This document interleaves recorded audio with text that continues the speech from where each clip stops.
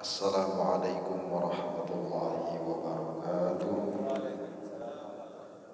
A'udzu billah. Bismillah. Alhamdulillah alladzi tawakkaltu 'ala Allah wa la haula wa la quwwata illa billah. Allahumma shalli 'ala sayyidina wa maulana Muhammad wa 'ala alihi wa ashabihi wa man tabi'ahum bi ihsan ila yaumil qiyamah. Amma ba'd. Nawaitu ta'allum wa ta'lim li izalatil juhal wa li ihya'i syari'ah wa li ittiba'i sunnati Rasulillah sallallahu alaihi wasallam wa tabarrukan bil ulama'il 'amilin wa tazkiyah fi anfusina wa li riyadhati fi ulumina wa walidina wa awladina wa taqarruban ila Allah bi ridwa'illahi ta'ala wa ila hadratin nabiyyina wa habibina wa syafi'ina wa maulana Muhammad Rasulillah sallallahu alaihi wasallam wa alihi wa ashabihi wa azwajihi wa dhurriyyatihi wa ikhwanihi minan nabiyyin wal mursalin wa tabi'ina lahum bi ihsan ila yaumil rahmatullah alaina wa alaihim wa radhiyallahu anhum naba'allahu bi ulumihim wa ta'alaina bi futuhil arifin bi wasilatihim wa bi barakatihim wa karamатihim syai'un lillahi lana wa lahum wa bi sirril Fatihah. Bismillahirrahmanirrahim. Alhamdulillahi rabbil alamin. Arrahmanir rahim. Maliki yaumiddin. Iyyaka na'budu wa iyyaka nasta'in. Ihdinas siratal mustaqim. Shiratal ladzina an'amta 'alaihim. Allahumma shalli 'ala Muhammadin al-Fatih lima ughliqa wal khatim lima sabaqa nasiril haqqil haqq wal hadi ila siratikal mustaqim wa 'ala alihi wa ashabihi wa Allahumma ya Fattah ya Alim iftah alaina bi futuhil arifin akrimna minka bi nuril fahmi wa akhrijna min al-dhulumati wa rizqna rahman bi muhibbal mursalin wa ilhamal malaikata muqarrabin bi rahmatika ya arhamar rahimin. A'udzu billahi minasy syaithanir rajim. Bismillahirrahmanirrahim. I'lam annallaha subhanahu wa ta'ala lama amarahum bil iman awalan.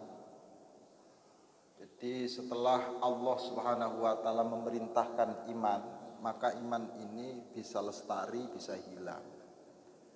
Sesuatu yang diwujudkan, iman itu adalah sesuatu yang Allah wujudkan pada diri manusia. Itu kalau tidak dipelihara maka akan hilang. Oleh karenanya Allah begitu sayangnya kepada manusia agar iman yang telah dimiliki oleh manusia ini terus menerus bertambah sehingga tidak mengalami penurunan walaupun secuil. Yang ada imannya semakin naik, semakin naik. Maka ada bimbingan, yang bimbingannya itu bisa berupa perintah ataupun larangan. Jadi perintah ataupun larangannya Allah subhanahu wa ta'ala semuanya dikembalikan kepada manusia itu sendiri. Ya, misalkan kita menyuruh anak untuk sekolah, nanti ketika anaknya sudah pinter, anaknya cerdas, kecerdasannya itu kembali kepada anak itu sendiri, bukan kembali kepada orang tua. Kira-kira paham apa mboten iki? Jadi ketika Allah memerintahkan sesuatu itu manfaatnya kembali kepada manusia. Ketika Allah itu melarang sesuatu, itu juga ketika dijalankan oleh manusia, bahayanya kembali kepada manusia itu sendiri. Maka Allah tidak punya kepentingan baik di dalam perintahnya ataupun di dalam larangannya. Perintahnya untuk kebaikan manusia, larangannya agar manusia dijauhkan dari bahaya. Sudah cukup? Iman. Maka iman ini itu derajatnya di bawah yakin. Iman baru naik ke yakin. Makanya kalau baru sebatas iman, naik turun naik turun, nggak tahu ini, pokoknya turun naik turun, kadang semangat kadang males, kadang semangat kadang males. Itu kalau baru iman. Tapi kalau sudah mencapai imannya naik ke derajat yakin, turun itu tidak pernah. Yang ada selalu naik. Nah, iman kita ini masih belum mencapai kata yakin. Wis to, ngandel wae. Lah, sehingga penopangnya iman ini, bagaimana supaya iman ini naik ke derajat keyakinan. Nah, disinilah pentingnya petunjuk-petunjuk Allah di dalam membimbing iman yang kita miliki, agar jangan sampai imannya itu nurun tanpa hilang. Karena nggak ada jaminan, Pak, orang yang punya iman itu kemudian selalu iman, itu nggak ada jaminan. Mana dalilnya? Itu doa yang selalu kita panjatkan. Rabbana la tuzigh qulubana ba'da idh hadaitana wa hab lana min ladunka rahmah innaka antal wahhab.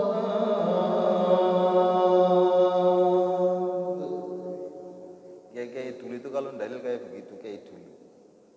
Rabbana, Tuhanku, la tuzigh qulubana, jangan palingkan hati kami, ba'da idh hadaitana, setelah Engkau berikan hidayah keimanan. Jadi siapa yang menjamin iman kita itu akan selalu ada? Bisa kalau tidak terpelihara maka hilang. Lah, maka iman yang sudah dibangun bersama dengan Rasulullah saat itu saja, sahabat imannya langsung dibimbing sama Rasulullah Muhammadin Sallallahu Alaihi Wasallam, itu juga tidak ada jaminan imannya selalu ada. Kita kenal ada yang namanya salabah, itu imannya dibimbing sama Rasul, Pak. Kenalkan yang namanya salabah. Ciri khas salabah itu kalau sholat, assalamualaikum langsung. Di sekarang ini kalau misalkan orang habis sholat, assalamualaikum langsung pergi, itu ya memang ada sanadnya, Pak.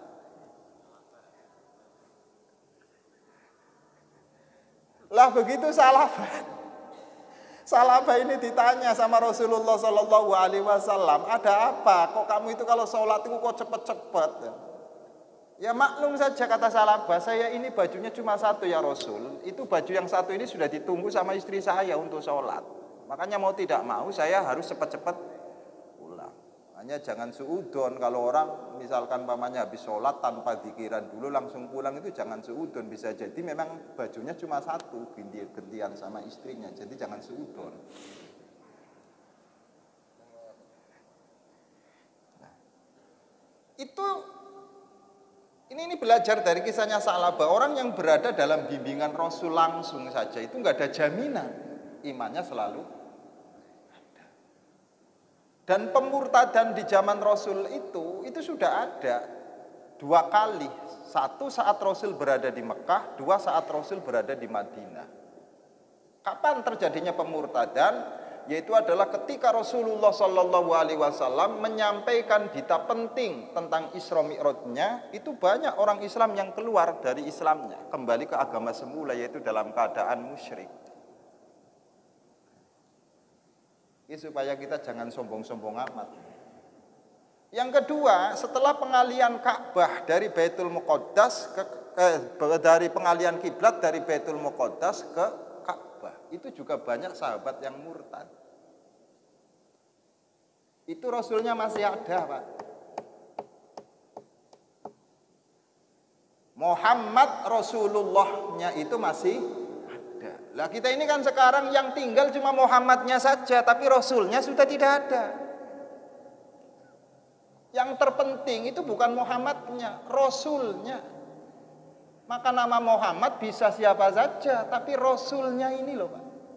Yang dijamin benar itu kan yang Rasulnya. Kalau Muhammadnya itu enggak. Makanya ada nama Muhammad di metro itu pasti tidak dijamin benar karena enggak ada Rasulnya. Nah ini belajar. Maka dari sini kembali bahwa iman yang sudah ada di dalam hati kita ini apakah bisa naik atau bisa turun? Kemungkinan-kemungkinan itu selalu ada. Oleh karenanya, bagaimana supaya iman yang ada di dalam diri kita ini mengalami peningkatan, bukan turun, apalagi sampai hilang. Innalillahi wa inna ilaihi raji'un. Tsumma nahahum an lubsil haqqi bil batil. Maka Allah mencegah agar iman ini adalah selalu sehat. Jangan coba-coba sesuatu yang menjadi sehatnya iman ini, makanan pokoknya itu sudah dicampuri dengan racun, maka mengakibatkan matinya iman kita ini. Jadi apa yang mengakibatkan nilai kuatnya iman itu? Tentu adalah makanan yang bergizi. Makanan yang bergizinya orang beriman itu apa? Al-Quran. Makanya disebut Al-Quran itu adalah makdubatillah, hidangan yang Allah berikan untuk manusia. Ini hidangan yang sedap, hidangan yang enak. Kenapa disebut hidangan yang sangat enak? Karena kokinya ini tahu tentang kebutuhan yang makan. Ahli ngeramu Pak. Allah Ta'ala itu ahli di dalam meramu segala macam racikan bumbu sehingga Quran itu terasa enak. Tapi masalahnya yang merasakan ini lagi sakit. Nasi Padang enaknya kayak apa? Kalau orangnya lagi sakit itu tidak punya rasa Pak.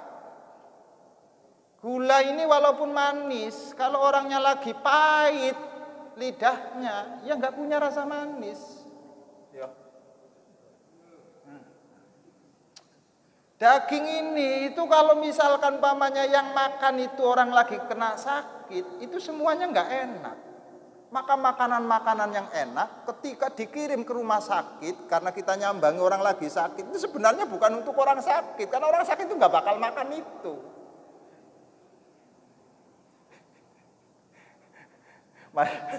Dikasih jeruk nggak bakal makan Pak, nggak mau dia ini. Kenapa lagi sakit? Umat ini kalau sudah lagi sakit itu dibacakan Quran, alhamdulillah ngobrol sendiri-sendiri. Lagi sakit kita ini. Karena ini adalah hidangan. Tentunya yang namanya hidangan ini itu seleranya manusia itu tidak sama. Ya Pak enggak? Makanya kalau misalkan Anda hadir di prasmanan, itu kan ada yang seneng rendang, ada yang seneng ikan asin, ada yang seneng dikasih es tapi nggak mau mintanya air putih saja. Apa salah? Ya tidak salah, wong semuanya disebut hidangan. Jadi kalau umat ini berbeda-beda, sementara punya dalil masing-masing, ya enggak salah toh. Jadi jangan paksakan orang yang tidak senang es teh sampean suruh minum es teh. Ya. Sampean ketika hadir di hidangan saja itu nasinya disesuaikan dengan kebutuhannya sampean. Yang banyak Kang, kata tuan rumahnya, yang banyak Kang. Enggak lah, dikit aja. Padahal tuan rumah ngomong yang banyak juga kan mikir-mikir, jangan banyak-banyak aslinya nanti rugi di hajat. Ini pelajaran penting Pak. Nah, sehingga Quran itu menjadi makdubatillah, hidangan yang sangat lezat. Karena hidangannya itu adalah sangat lezat, ketika yang makan orangnya sehat, maka justru akan menambah sehatnya iman. Tapi masalahnya penikmatnya ini posisinya lagi dalam keadaan sakit. Jadi makanan seenak apapun disuguhkan kepada orang yang sakit, itu yang disalahin yang masak, Pak. Ini kurang asin ini. Padahal garamnya sudah buat teh manis kok rasanya nggak ada gulanya, Pak. Yang bermasalah itu sebenarnya bukan Qur'annya, bukan agamanya, umatnya. Balik lagi nih, umatnya yang lagi menghadapi masalah. Masalahnya apalagi pada sakit. Sakit apa? Sakit hati. Kalau sakit hatinya cita-cita, tak obatnya di sini. Tapi sakit hatinya manusia ini, itu kalau tidak segera diatasi, fi qulubihim marad fazadahumullahu marad. Ketika hatinya tidak segera diobati, maka akan timbul komplikasi penyakit-penyakit baru. Yang tadinya cuma pelit saja, karena dipelihara pelitnya, nambah Pak jadi sombong, nambah jadi yang lain-lain. Lah kalau sudah banyaknya sakit di dalam diri kita ini, itu kalau pengen sembuh kayaknya jauh, mati iya.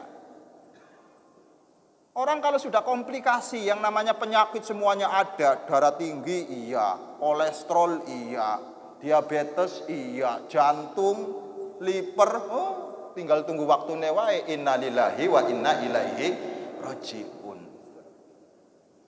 Maka yang ada kita ini itu hanya wujudnya saja sekarang ini.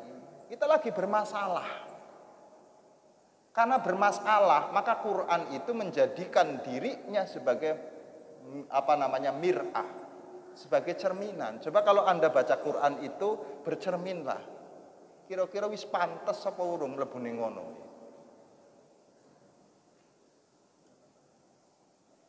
Anda baca ya bareng-bareng alhamdulillah. Udah pantes apa enggak kita ini menyandang itu? Wong nyatanya kita itu sering kali pengen nyaingi Allah Subhanahu wa taala. Kita tahu bahwa alhamdulillah itu segala puji hanya milik Allah. Berarti kan tidak ada layaknya manusia itu dipuji. Kenyataannya manusia itu kalau tidak dipuji dia pasti pret. Moco alhamdulillah tiap dino, tapi diamalkan boten. Apa ketika misalkan pamannya dokter memberi resep, itu hanya dihafal berkali-kali, diulang, bacaannya diulang berkali-kali, sementara resepnya itu, obatnya tidak pernah diminum, apa ya waras penyakitnya. Lah kalau memang penyakitnya bisa waras hanya membaca resep saja, sampean nggak usah nembus obat di apotek, ngapain? Kita bisa jadi baca Quran itu adalah tiap hari. Cuma masalahnya resep yang ada di Quran itu tidak dijalankan. Paham apa ora tau iki? Resepnya misalkan alhamdulillah, segala puji hanya milik Allah. Kita harus sadar diri. Itu resep bahwa yang namanya Allah itu harus selalu dipuji. Maka selain Allah tidak layak, tidak pantas dipuji. Karena kita itu bukan Tuhan, maka sudah selayaknya kalau kita itu dikritik, selayaknya kalau kita dihina. Kok kenapa ketika kita dihina, ketika kita dikritik kok malah marah-marah? Karena kita baru membaca kulitnya saja alhamdulillah, tapi isinya percuma Pak, kita bawa dompet besar, dompetnya gede tapi nggak ada duitnya. Sekalipun misalkan kita lapar, itu mau masuk ke rumah makan juga ketar-ketir karena tidak punya duit. Percuma kita bawa rokok, cuma bungkusnya saja, isinya itu tidak ada. Sehingga sekalipun ditawari korek, tetap tidak bisa ngerokok karena isinya sudah tidak ada. Ini yang dikhawatirkan nanti itu adalah Islam hilang isinya, yang ada cuma simbol-simbol Islamnya saja. Kira-kira paham apa atau ngaji kayak ngene iki sampean? Yang dikhawatirkan itu simbol-simbolnya Islamnya iya, tapi isinya hilang. Lah kalau sudah isinya hilang, agama ini tinggal wadahnya saja. Kalau tinggal wadahnya untuk apa?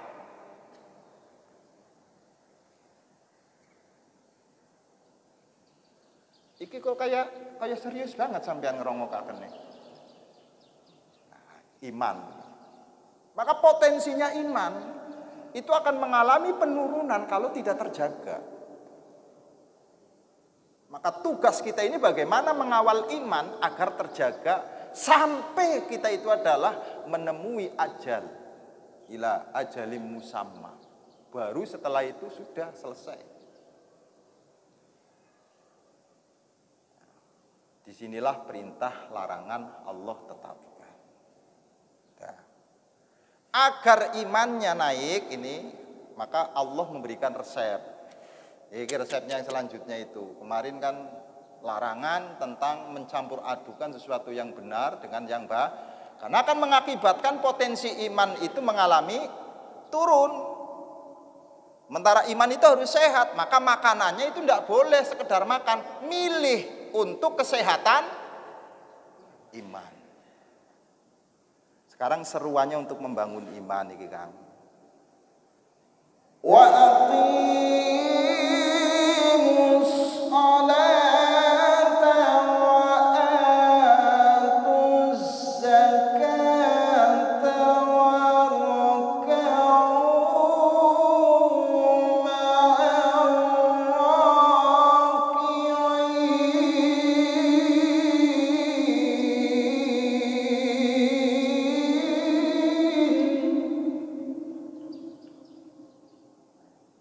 ini yang membangun iman. Makanya kalau ada orang iman kok nggak sholat, dari mana? Yang namanya orang iman itu sinerginya ya dengan sholat. Wong iman kok nggak sholat belas, mumet aku. Yang pantas dengan iman itu sholat. Maka kalau misalkan ada orang kafir kok nggak sholat, pantas. Paham apa enggak? Jadi kalau ada orang iman kok nggak sholat, nggak pantas, Pak. Metro banyak ya? Enggak, masih banyak yang sholat kok sekarang, alhamdulillah. Ya, tapi ya dikit demi sedikit. Lah maka iman itu sandingannya, pasangannya itu adalah salah satunya sholat. Jadi yang membangkitkan kualitas iman, sholat. Hanya kalau ada orang beriman melaksanakan sholat berarti punya kualitas. Tapi ketika ada orang iman kok nggak sholat, di sini dipertanyakan, jangan-jangan imannya lagi sakit tenanan nih. Wa aqimus sholat. Nanti tafsirnya. Wa atuz zakah. Iman ini itu kepeduliannya terhadap yang lain luar biasa. Bahkan memandang seorang yang menderita itu adalah dirinya. Deritamu adalah deritaku, senangmu adalah senangku. Itu atuz zakah. Lah kalau ada orang merasa beriman tapi menjegal ya Allah kebahagiaannya orang lain, ini juga perlu dipertanyakan. Nanti konsepnya itu warka'u ma'ar rokiin. Konsepnya orang beriman itu selalu bersama-sama. Hanya kalau orang iman kok sendiri terus, itu mudah dijebak sama setan. Manfaatnya bersama-sama itu, setan ketika mau menjebak itu tidak bisa, Pak. Kita ini kalau misalkan jalan bareng-bareng melihat perempuan cantik, itu lantaran bareng-bareng bisa terselamatkan karena nggak enak sama teman-temannya, ya. Tapi kalau sudah dalam keadaan sendirian, perempuannya juga sendiri bisa terjadi, Pak. Ini pengalaman saya. Masya Allah. Lah, mari kita sekarang ini bagaimana mewujudkan wa aqimus sholat. Wa aqimus sholat.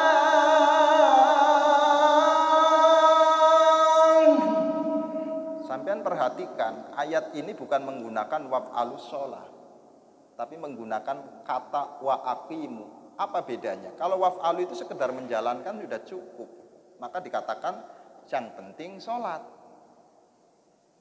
Maka kalau wa aqimu itu pengertiannya bukan yang penting sholat, sholat itu penting.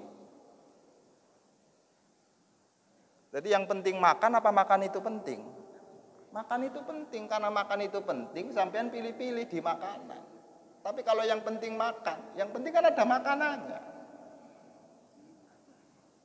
Yang penting sholat, selesai, takbir, salam, selesai. Karena yang penting sholat.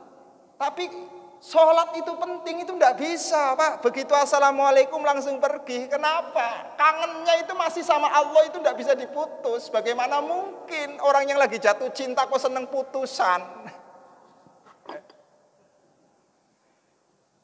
Kita ini kan lagi menghadap sang kekasih ketika sholat, menghadap Allah. Ketika lagi menghadap Allah subhanahu wa ta'ala, saking senengnya, kita enggak mau. Wong kita ketika ketemu sama kekasih, itu enggak mau kok dikasih waktu jarak 2 jam aja ya, 1 jam aja lah kita ketemuannya. Enggak mau. Kenapa?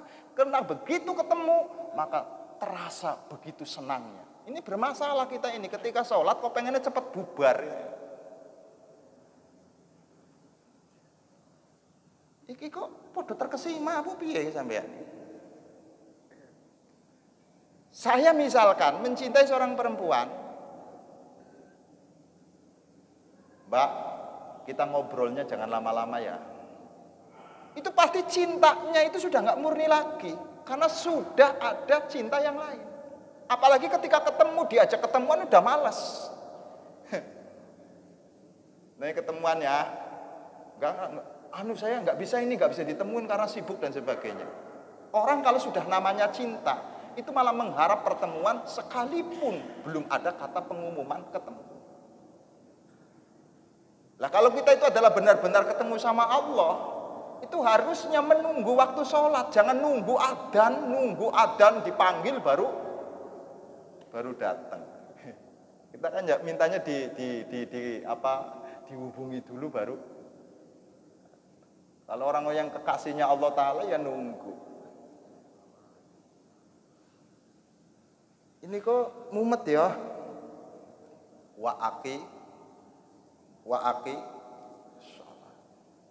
Maka kata akimu di sini artinya adalah menyempurnakan sholat. Jadi sholat yang kita lakukan itu berusaha semaksimal mungkin agar sampai kepada akimu, kesempurnaan. Dikarenakan sholat itu dikatakan akimu, maka sholat punya persyaratan-persyaratan, coy. Syaratnya itu adalah sebelum sholat, namanya syarat. Kalau dalam pelaksanaan sholat, namanya rukun. Di dalam syaratnya sholat, Anda harus bersih, baik dari hadas kecil maupun hadas. Ini sebelum sholat saja kita diusahakan untuk bersih secara lahir. Kemudian pakaian yang digunakan untuk sholat juga harus bersih. Yang ketiga, selanjutnya kita itu juga sesuatu yang dibawa untuk sholat, termasuk tempat sholatnya juga harus bersih. Semuanya mendukung kebersihan. Maka kalau ada orang sholat ini jorok pol, itu hakikatnya durung sholat.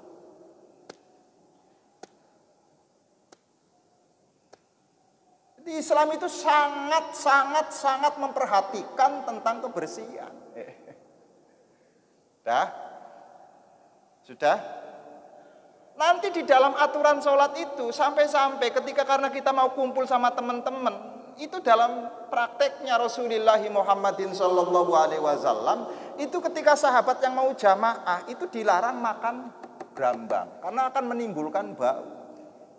Bau brambang saja tidak diperbolehkan, apalagi mencaci sesama orang yang sholat. Wong baune brambang, we ora oleh di.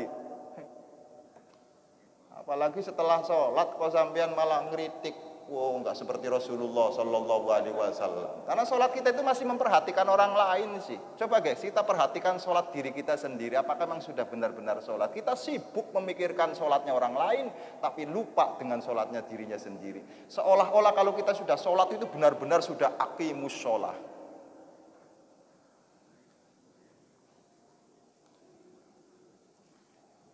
Iki serius-serius kayak Pak ngajine Pak. Sing anu wae nyantai. Wa'aki. Nah, nanti ketika sudah sholat, sudah syarat-syaratnya selesai ini, barulah kita masuk kepada bab sholat. Mulai ada rukun. Ini yang aqimu menurut konsep fikih.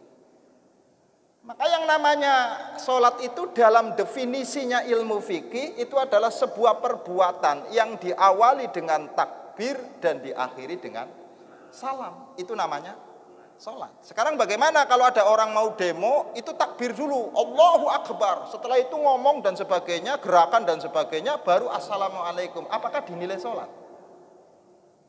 Ini kelemahan definisi fikih.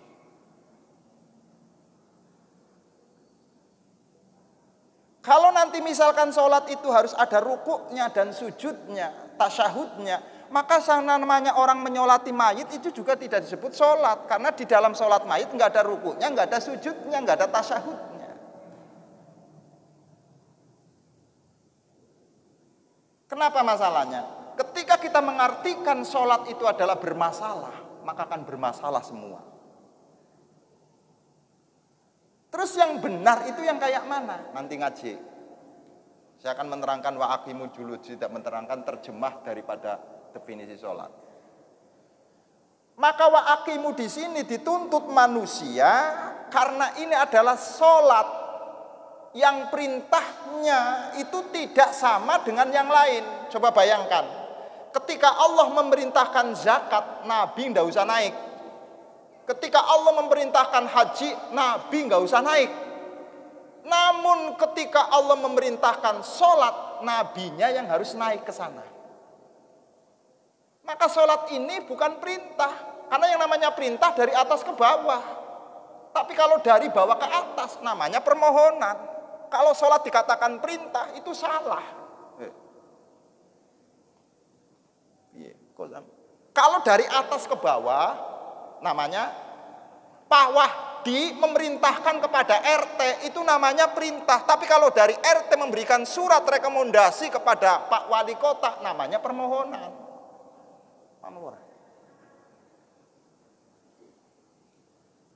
Jadi ketika Rasulullah SAW mau menerima sholat, itu kan harus naik ke atas, Pak.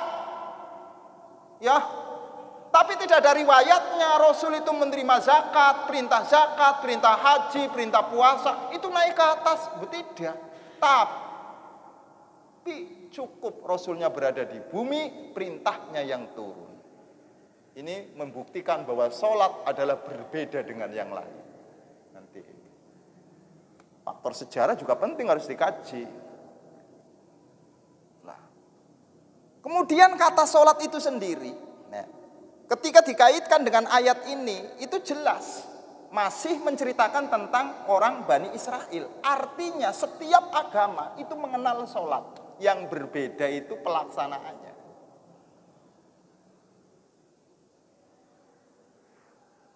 Jadi kata sholat itu sudah dikenal oleh seluruh agama-agama. Tidak hanya Islam.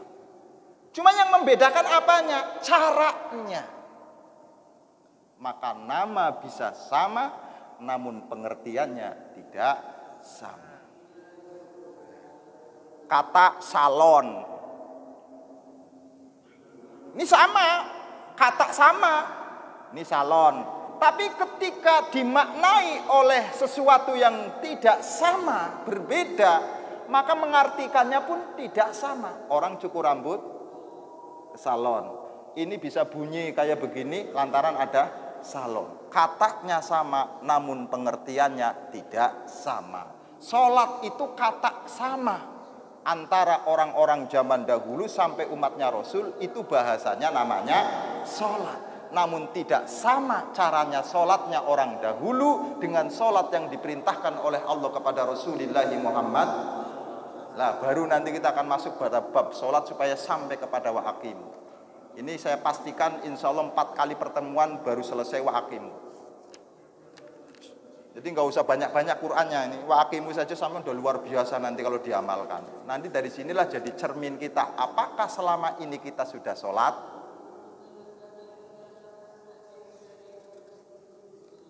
Jawab. Apakah selama ini kita sudah sholat? Sudah. Alhamdulillah. Menurut kita tapi menurut Allah, wallahu a'lam bishawab. Untuk itu inilah iman yang akan mengangkat derajatnya di sisi Allah, sehingga sholatnya itu adalah benar-benar naik di atas, bukan hanya dikenal di dunianya saja, tapi bagaimana sholat ini menjadi mi'raj, menjadi nilai di sisi Allah Subhanahu wa Ta'ala. Nanti keterangannya insya Allah pada malam Rabu yang akan datang. Ihdinas siratal mustaqim. Mudah-mudahan kita selalu diberikan kemampuan oleh Allah Ta'ala untuk menjaga imannya sampai akhir hayat kita. Assalamualaikum warahmatullahi wabarakatuh.